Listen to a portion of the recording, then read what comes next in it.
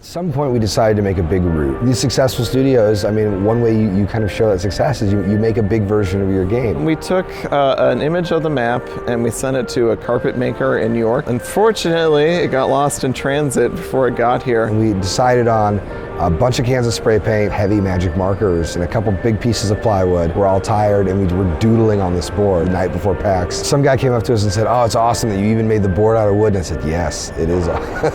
That's exactly what we were trying to do.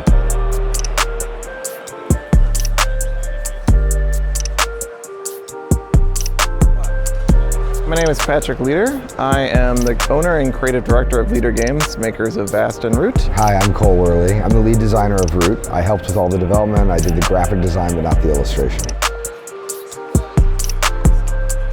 Root is an asymmetric war game, and it's set in a forest, and anthropomorphic animals are fighting for control of the forest. Wargaming is its own little silo. Things that happen in war games don't tend to come out to other types of board games. And so what I've been wanting to do is introduce a wider audience of players to really interactive thematic games. Everybody plays by a slightly different set of rules. The game has the Marquis, who has invaded the forest. The Erie Dynasty has returned with their bird troops to retake the forest. The Woodland Alliance is running an insurgency against them, and the Vagabond is an adventurer who's just out for fame and fortune. The game produces really wonderful stories, so if you want a game that you're going to remember, like Root's the game for you.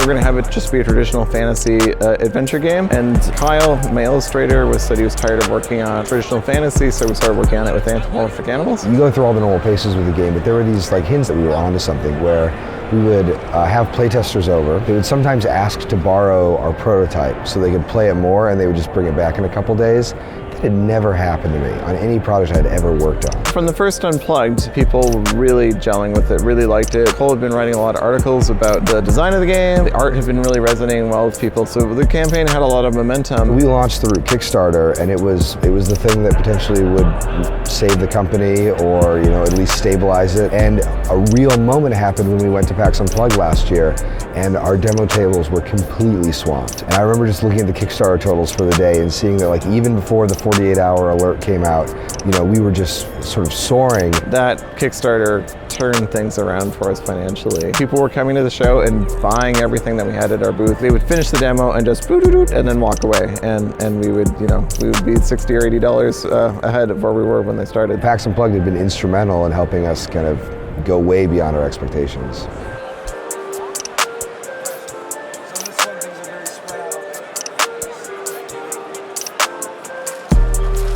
We've been so busy rushing from moment to moment to make sure we have financial stability that every show I've gone to has been very stressful in the sense that there's a lot of pressure on it to succeed. As luck would have it, we're fine, so getting to the show I feel really good, and so it's been a lot of fun. Our own audience tends to skew more diverse and younger, and that's exactly what you find at the PAXs.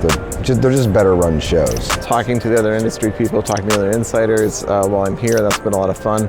And then just meeting the East Coast fans that I don't normally get to meet. At some of these big cons, there's a kind of line between, like, there are the fans, and then there are the speakers and the people who are fawned over. And at PAX you don't get that, because fundamentally, like, everyone here is a fan.